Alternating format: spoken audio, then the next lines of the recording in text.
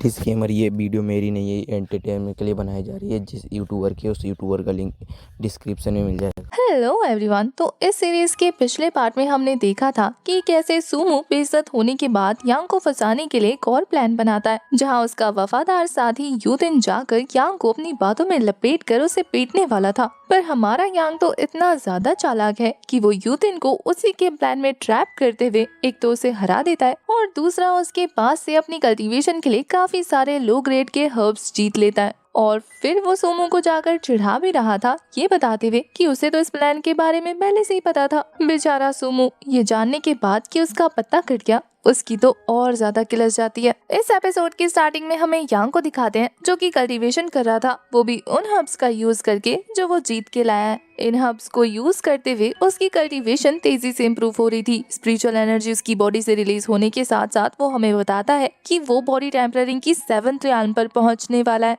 जिसके साथ ही उसकी बॉडी अब विंड ब्लो नाम की उस टेक्निक को यूज कर पाएगी। साथ ही उसकी बॉडी का ऑरा पहले से भी ज्यादा स्ट्रॉन्ग हो जाएगा। 7 से 9th लेवल तक वो विंड ब्लो की टेक्निक को अच्छे से यूज कर सकता है। 9th लेवल के बाद उसकी बॉडी फायर एनर्जी रिलीज करने लगेगी, जिसकी वजह से वो हेवन और अर्थ की एनर्जी को यूज कर पाएगा। यांग हमें बताता है कि फाइट करने की वजह से भी उसकी बॉडी की प्रैक्टिस तेजी से इम्प्रूव हो रही है। वो धीरे धीरे अपने फोकस को इंक्रीज करते जा रहा था। फाइनली 7th लेवल को अचीव करने के बाद वो तो अपने बिस्तर पे जंप करने लगता है कि कमाल हो गया। उसे यकीन नहीं हो रहा कि वो लड़का जो कि 3rd लेवल पर अटक कर रह गया था, वो 7th लेवल पर पहुंच गया है।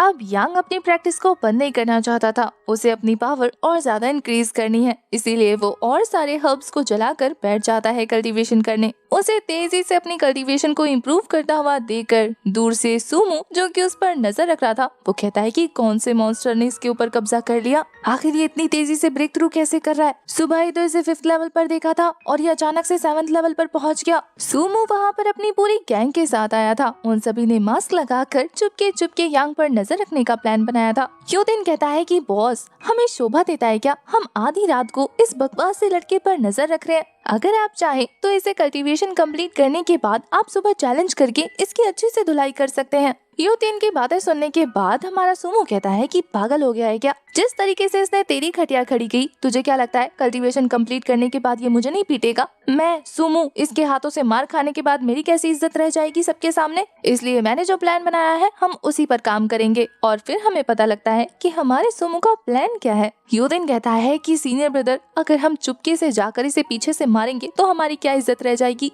अगर लोगों को पता लग गया तो वो कहेंगे कि हमने इतना बड़ा इलीगल काम किया है, किसी पर स्नीक अटैक किया है। पर सुमो तो उन सभी को डांटते हुए कह रहा था कि अपनी बकवास बंद करो, मुझे बस ये जानना है कि ये तेजी से अपनी कल्टीवेशन को कैसे इम्प्रूव कर रहा है। इसलिए हमें बस इसके सोने का इंतजार करना है। जैसे ये सो जाएगा हम जाएंगे, इसे मार कर बोरे में बंद कर देंगे और फिर इसकी पूरे घर की तलाशी लेने के बाद हम पता लगाएंगे कि ऐसी कौन सी चीज है जिसका यूज करने के बाद इसकी कल्टीवेशन इम्प्रूव हो रही है। वो उन सभी को अभी भी डरता हुआ देखकर कहता है कि फिक्र मत करो, मेरे ग्रैंडफादर 2nd एल्डर हैं, इसलिए जो कुछ भी होगा मैं उसकी रिस्पॉन्सिबिलिटी ले लूंगा। अगर किसी को भी पता लगा तो तुम मेरे ऊपर इल्जाम लगाकर पीछे से निकल जाना, ठीक है? अब ये सुनने के बाद तो उसके चमचे रेडी हो जाते हैं, लेकिन उन्हें खुद पर कॉन्फिडेंस अभी भी नहीं था। वो सभी आपस में डिस्कस करते हुए कह रहे थे कि क्या तुम्हें लगता है कि तुम सभी यांग को पीट सकते हो? वो सभी लोग तो एक साथ अपनी गर्दन नाम में हिलाते हुए मना करने लगते हैं। काफी देर तक वेट करने की वजह से सुमो को लग रहा था कि यांग सो गया है, इसलिए वो अपने 2 चमचों को आगे भेज कर कह रहा था कि जाकर चेक करो कि वो सोया है या नहीं, और अगर सोए तो उसे पीट कर लाल कर देना। वो दोनों आगे तो बढ़ते हैं, लेकिन जैसे ही यांग के घर के आगे पहुंचते हैं वहाँ जाकर बेहोश हो गए थे।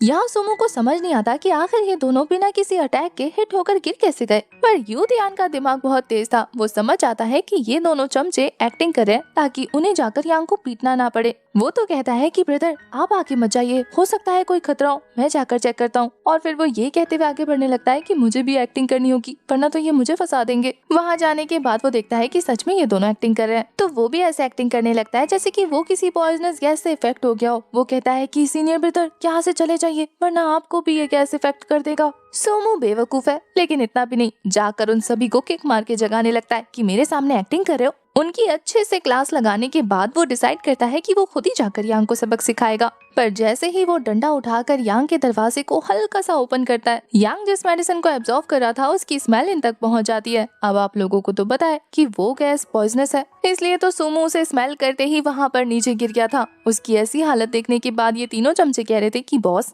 आपने हमें कहा कि एक्टिंग मत करो, लेकिन अब आप खुद एक्टिंग कर रहे हैं। पास जाने के बाद वो कह रहे थे कि बॉस, आपकी एक्टिंग तो सच में बहुत ज्यादा रियल है। सोमू, जिसकी सच में पॉइजन की वजह से हालत खराब हो गई थी, वो उन्हें पीटते हुए कह रहा था कि घोंचू, यहाँ पर सच में पॉइजनस गैस है जिसकी वजह से मैं इफेक्ट हो रहा हूँ, देख मेरी आंख लाल हो गई है। दरवाजा ओपन होने की वजह से धीरे धीरे ये स्मेल उन सभी को भी आने लगी थी। अचानक से उन सभी की आंखें रेड हो जाती हैं और वो खुद पर से अपना कंट्रोल खो देते हैं और